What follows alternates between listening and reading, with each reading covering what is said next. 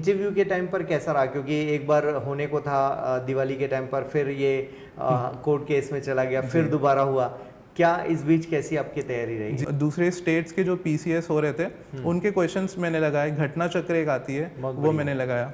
उसके अलावा sir questions का कलेक्शन जिसमें होता है। जी सर। उसके अलावा सर टेक्नोलॉजी था, वो सर करंट बेस्ड था। तो हर किसी का एक सपना होता है और होना भी चाहिए, क्यों ना हो टारगेट आपका, कि जब आप सोसाइटी से कनेक्ट होने जा रहे हैं तो उनके लिए डेफिनेटली कोई ना कोई एक ऐसा काम होना चाहिए जिसमें उनका सीधे सीधे वेलफेयर हो। सर कि आप सेल्फ अवेयर रहें, जी। आपको अपनी स्ट्रेंथ, वीकनेस, अपॉर्चुनिटी, थ्रेट्स पता होना चाहिए जी। और सर जितने डिस्ट्रैक्शंस होते हैं इस टाइप के उसको आपको दरकिनार करना ही होगा। जी। उसके बिना आपके एग्जाम्स में आप फोकस नहीं कर पाएंगे। जी। ये बहुत बड़ा एक डिस्ट्रैक्शन हो जाता है, इन टाइप की चीज़ें होती है। और सर आपको आपके इंस्टीट्यूट्स पे, आपके उन पे भरोसा होना चाहिए। नमस्कार दोस्तों, मैं doctor Hamid Khan, team director पाथाइस एकेडमी। छत्तीसगढ़ में फॉरेस्ट सर्विसेज, जो स्टेट फॉरेस्ट सर्विस जिसको ACF का भी एग्ज़ाम कहा जाता है, 2020 के नोटिस के फाइनल रिजल्ट्स आ चुके हैं और इसमें आप देख पा रहे हैं कि जो रिज़ल्ट्स हैं वो डेफिनेटली काफ़ी देर से आए हैं due to COVID and all. उसके बावजूद भी बच्चों ने साहस दिखाया, पेशेंस रखा और हमारे सामने कीर्ति वर्धन है, 9th रैंक ACF में मिली कीर्ति आपको, और बहुत बहुत बधाइयाँ उसके लिए। दोस्तों, हर किसी की जर्नी में अलग अलग फैक्ट्स हैं, हर किसी की जर्नी में अलग अलग चैलेंज हैं इस सक्सेस स्टोरी में। सो आइए हम कीर्ति वर्धन से बातचीत करते हैं और समझते हैं कि उनकी जर्नी में किस तरह के चैलेंजेस आए और कैसे उन्होंने फोकस किया। सो कीर्ति, एजुकेशन से मैं स्टार्ट करना चाहूँगा कि एजुकेशनल बैकग्राउंड क्या रहा, प्लीज़ बताएं। जी सर। सर मेरी स्कूलिंग प्राइमरीली रायपुर से ही हुई है। जी सर मैं होली क्रॉस कापा रायपुर से पढ़ा हूँ। जी। मैंने सर 12th में बायो और मैथ्स दोनों लिया था। ओके। और सर मैं बायो मैथ्स लेने के कारण मेरा मैथ्स जो है वो भी अच्छा था, बायो में भी स्ट्रॉन्ग मेरे 12th में नंबर आए थे और स्टूडियस रहा हूँ मैं सर पढ़ाई में हमेशा से। और सर मैंने प्री मेडिकल की तैयारी की थी जी 1 साल की, और उससे मुझे इस एग्ज़ाम के लिए काफ़ी फ़ायदा मिला है। ओके। और सर मेरा प्री मेडिकल में सर मुझे मनपसंद का कॉलेज नहीं मिला, बट मैंने एग्रीकल्चर ऑप्ट किया। और उस time sir centre for basic science जो रविशंकर यूनिवर्सिटी में एक एग्ज़ाम होता है, नया कोर्स आया था। हाँ। उसमें भी मैंने एग्ज़ाम दिया था, उसमें भी मेरा फर्स्ट रैंक आया था। तो मुझे अपने साइंस वाला बैकग्राउंड है उसमें तो काफ़ी भरोसा था जी। और सर मैंने फिर under graduation BSc agriculture Indira Gandhi कृषि विश्वविद्यालय से किया, कॉलेज ऑफ एग्रीकल्चर रायपुर से। और सर उसी के बीच 4th ईयर में, लास्ट ईयर में सर इसका नोटिफिकेशन आया फॉरेस्ट सर्विस का। और सर उस टाइम मैंने फॉर्म भरा और सर उसके बाद लॉकडाउन, कोविड और फिर सुप्रीम हाई कोर्ट के केसेस, इन सब के कारण डिले हुआ। बट इस बीच सर मैंने पोस्ट ग्रेजुएशन भी अपना अप्लाई कर लिया था जी। और sir first year post graduation का करते करते सॉइल साइंस में कॉलेज ऑफ एग्रीकल्चर रायपुर से ही जी मैंने ये एग्ज़ाम दिया।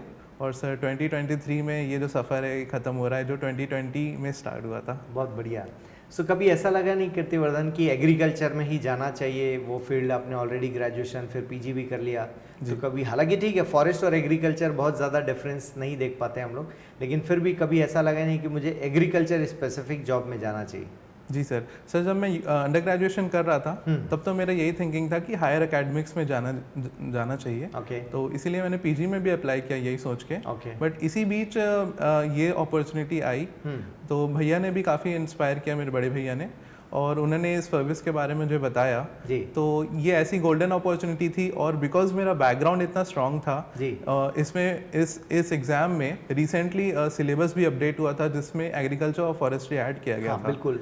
तो ये सर ये ऐसा once in a lifetime opportunity था जी। और मतलब हम अपने फ्रेंड्स से डिस्कस करते तो बोलते थे कि ये एग्ज़ाम तो हमारे लिए ही बना है, एग्रीकल्चर फॉरेस्ट्री इन लोग के लिए ही बना है। तो सर वो मैं तो मिस नहीं कर सकता था, इसलिए मैंने इसमें पूरा जोर लगाया और कोई किसी भी प्रकार के दूसरे एग्जाम्स या डिस्ट्रैक्शंस मैंने नहीं रखे, इस एग्जाम के लिए फोकस किया। बहुत बढ़िया। मतलब इस बीच PSC वगैरह या और बाकी एग्जाम देने से आप बचे? जी सर मैं बचा। ओके जी। कीर्ति ने वैसे तैयारी तो शुरू की थी PSC के हिसाब से ही, लेकिन फाइनली जब आपको एक मजबूत चीज़ मिलती है और आपको अपने हिसाब से बॉलिंग मिल जाए तो आप फिर उसको मारते हैं बॉल को और खूब रन बनाते हैं, तो वही कीर्तिवर्धन ने किया है। कीर्ति, कभी दिमाग में था कि मुझे एडमिनिस्ट्रेटिव सर्विसेज में जाना है, कॉलेज या स्कूल में कभी दिमाग में रहा हो? ये सर स्कूल लेवल पे तो सर मैं हमेशा यही सोचता था एडमिनिस्ट्रेटिव सर्विस में जाऊं, बिकॉज इसकी जो एक खास बात है कि इसमें पीपल टू पीपल जो इंटरेक्शन रहता है डेली बेसिस पे, वो मुझे काफ़ी अट्रैक्ट करता था। तो शुरू से ही मुझे लगता था कि मैं ऐसे सर्विस में जाऊँ। कोई खास वजह रही है, मतलब कभी कोई किसी को देखा हो, मिला हो, ब्यूरोक्रेट से मुलाकात हुई हो? जी सर मेरे फैमिली में भी गवर्नमेंट सर्विसेज में है। अच्छा। और ये सर मैं मतलब देखता तो था ही। ओके, वहाँ से वो चीज़ें जी बनी रही दिमाग में और कि एग्ज़ाम देना है। जी सर। दोस्तों, आप में से बहुत सारे ऐसे छात्र हैं जो एक साथ कई एग्जामिनेशंस को ट्राई करते हैं, जिसकी वजह से होता ये है कि आप किसी एक एग्जामिनेशन में आपको सक्सेस नहीं मिलती। कीर्ति ने सीधे टारगेट किया कि मुझे ACF देना है और वैकेंसी आ गई है और उसमें लगे रहना है। इस बीच काफ़ी लंबा समय ले लिया फॉरेस्ट डिपार्टमेंट में, छत्तीसगढ़ में इस एग्ज़ाम को लेने में, फाइनल करने में। आप कैसे उसको मेंटेन किए, उस पेस को कैसे आपने मेंटेन किया? जी सर, इसका नोटिफिकेशन जो आया था सर वो जून 2020 में आया था। हाँ। एग्ज़ाम होना था अक्टूबर सितंबर में, तो वहाँ पे एक बार डिले हुआ 2020 में। उसके बाद सीधा सर ये 5 दिसंबर 2021 को ये एग्ज़ाम हुआ है। ठीक है।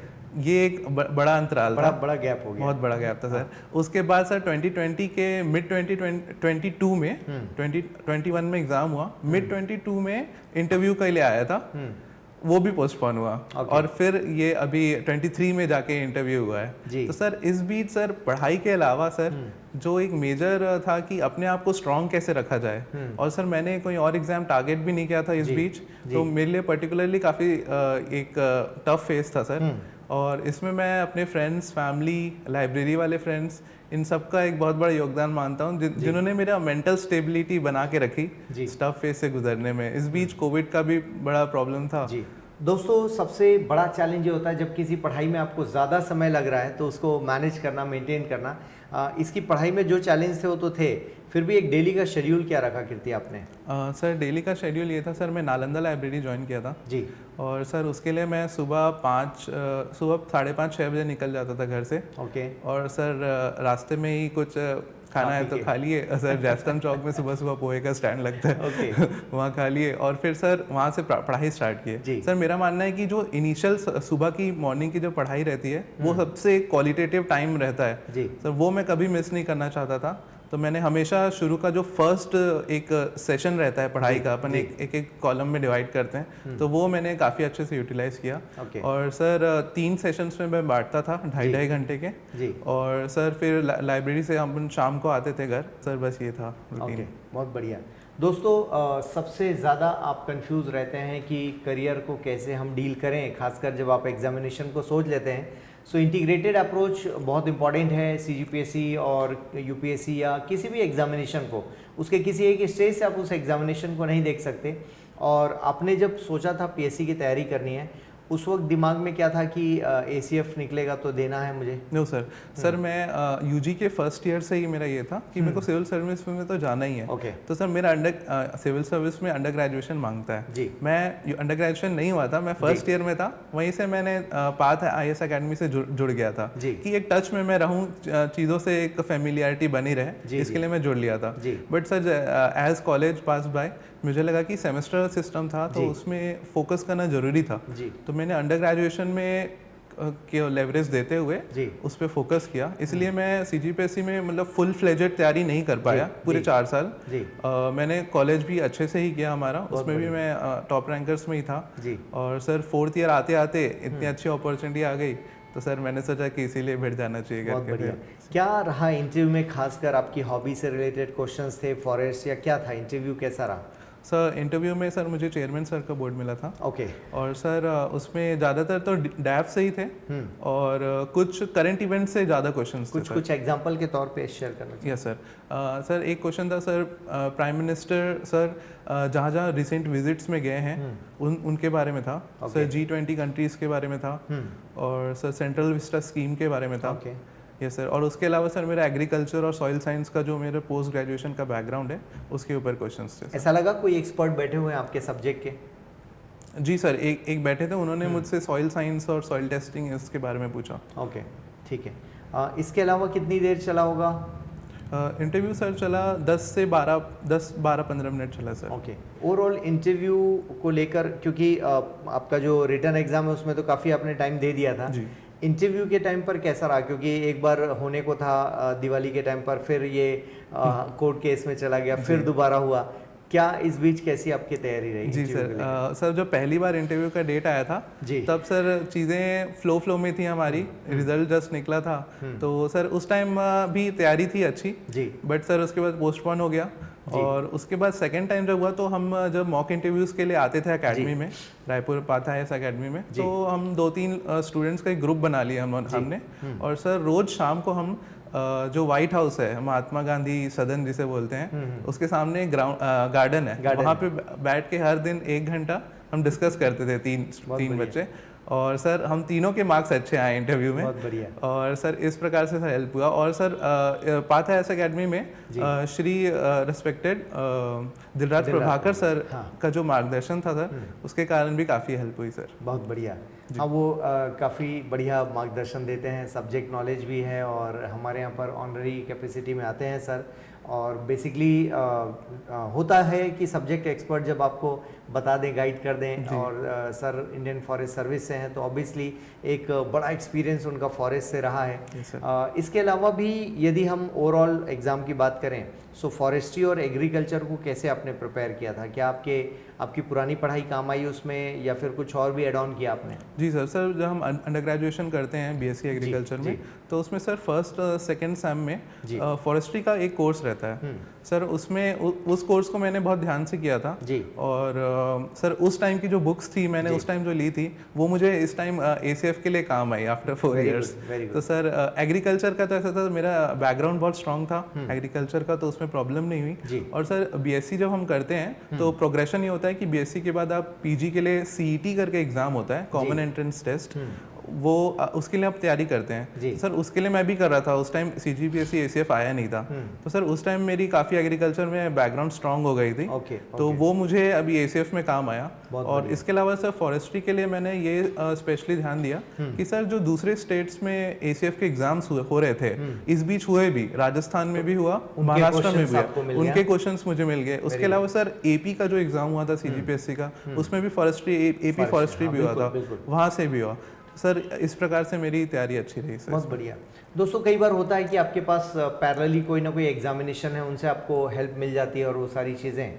क्या खुद के नोट्स भी बनाए आपने, करंट अफेयर्स की भी पढ़ाई की, इन सब चीज़ों को शामिल किया आपने? क्योंकि आप PSC भी तैयारी कर रहे थे, और जैसा आपने इंटीग्रेटेड बैच में ज्वाइन किया था पाथ में, तो ऑब्वियसली प्री है, मेंस है, सारा कुछ प्रिपेयर करना है। तो अलग से जब आप ACF के लिए पढ़ना शुरू किए, तो जैसा आप कह रहे हैं साइंस से स्ट्रॉन्ग था, तो आपने क्या किया इसमें? करंट अफेयर्स एड ऑन किया, CGGS एड ऑन किया, क्या आपने नया किया इसमें? सर बेसिकली सर पेपर 2 में, सर पेपर 2 में मेरे हाईएस्ट मार्क्स आए हैं सर। पेपर 2 में 7 सब्जेक्ट्स है total, physics, chemistry, biology, environment, technology, agriculture and forestry. Okay sir, तो सर सब्जेक्ट वाइज मैं बताऊं तो सर फिजिक्स में सर मैंने टोटल जो सब्जेक्ट्स थे 7 सब्जेक्ट्स, उनको 2 कैटेगरीज में डिवाइड किया था। किन सब्जेक्ट्स में मुझे डेप्थ में जाना है, जिसमें कॉन्सेप्चुअल पूछ रहा है, ये मैंने प्रीवियस ईयर क्वेश्चन से ये एनालाइज किया था कि किन सब्जेक्ट से मुझे डेप्थ में जाना है, कंसेप्चुअल पढ़ना है, और किन सब्जेक्ट्स में वेरिएबिलिटी है, किन सब्जेक्ट में व्यापकता है, जिसको मुझे मतलब हर चीजें कवर करनी है।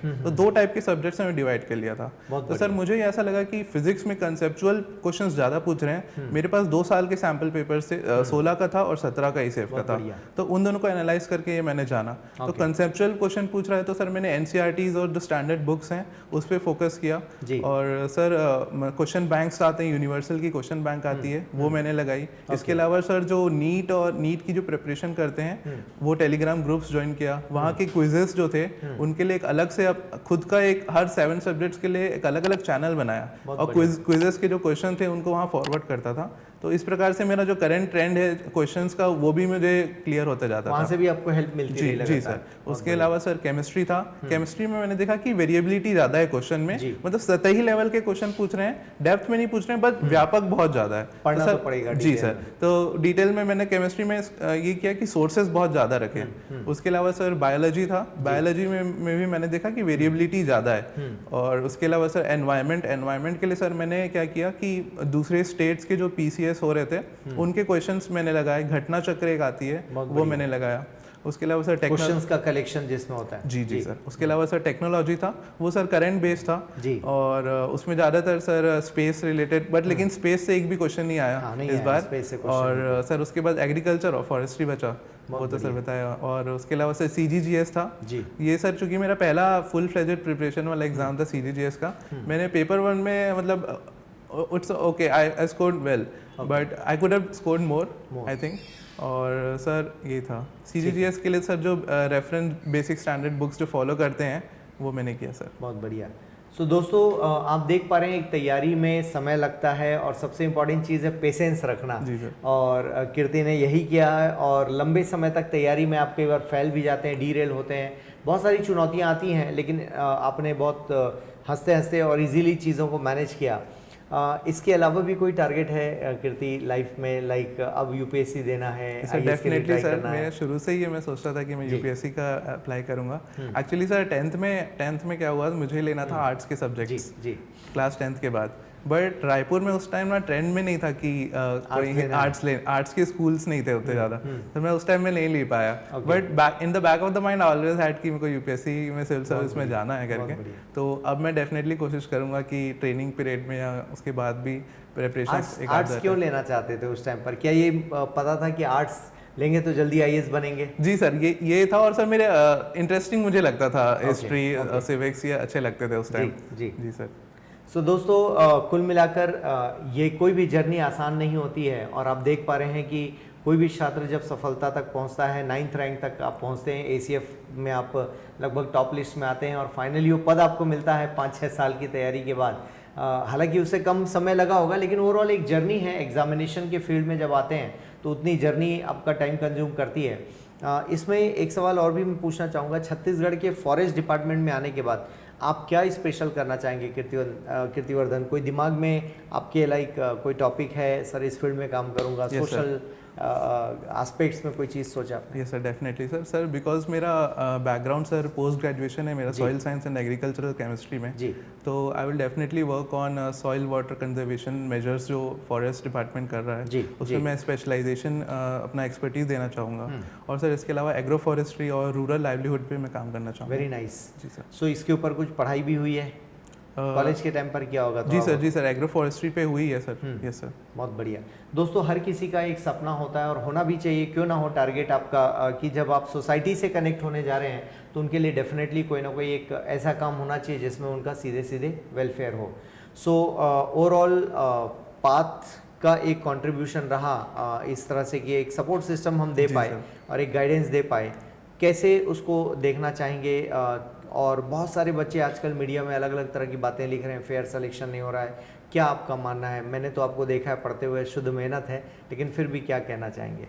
सर इंस्टीट्यूट में जाने से sir not only direct indirectly भी जो बेनिफिट होती है सर, यहाँ पे जो एक कल्चर है जी कि मतलब जो वाइब्स यहाँ के हैं वो सर मुझे बहुत अच्छे लगते हैं इंस्टीट्यूट में। सर आपका भी बहुत बड़ा एक गाइडेंस हमेशा रहता है, मतलब आपसे तो बात करके ही मतलब ऐसा पॉजिटिव वाइब्स आती है सर। और उसके अलावा सर जो यहाँ पे फ्रेंड्स बनते हैं वो सर हमें मतलब बहुत स्ट्रांग मतलब उनका बॉन्ड रहता है कि आगे एक दूसरे को हेल्प करते हैं। ठीक बात। सर इस प्रकार तैयारी भी अच्छी होती है। ये सर डेफिनेटली। बहुत सारे छात्रों को लगता है कि नहीं कई बार रॉन्ग मीन से भी सिलेक्शन हो रहे हैं, ऐसा भ्रांतियाँ हैं लोगों की।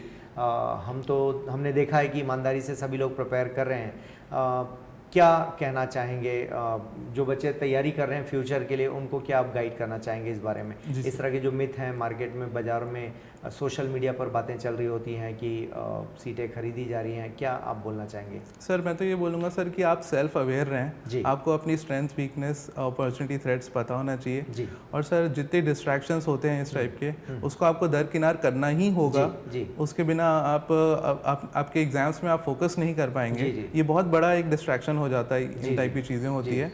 और सर आपको आपके इंस्टीट्यूट्स पे आपके उन पे भरोसा होना चाहिए जी, जिस प्रकार तभी आप अपने गोल को हासिल कर पाएंगे। सर बिल्कुल। सो दोस्तों हमारी भी सलाह होगी इस प्लेटफॉर्म से कि बिल्कुल इस तरह की खबरों से दूर रहिए और डेफिनेटली आपको पढ़ाई पर फोकस करना होगा। कई बार जर्नी लंबी हो जाती है, दैट डजेंट मीन कि आप में काबिलियत नहीं है।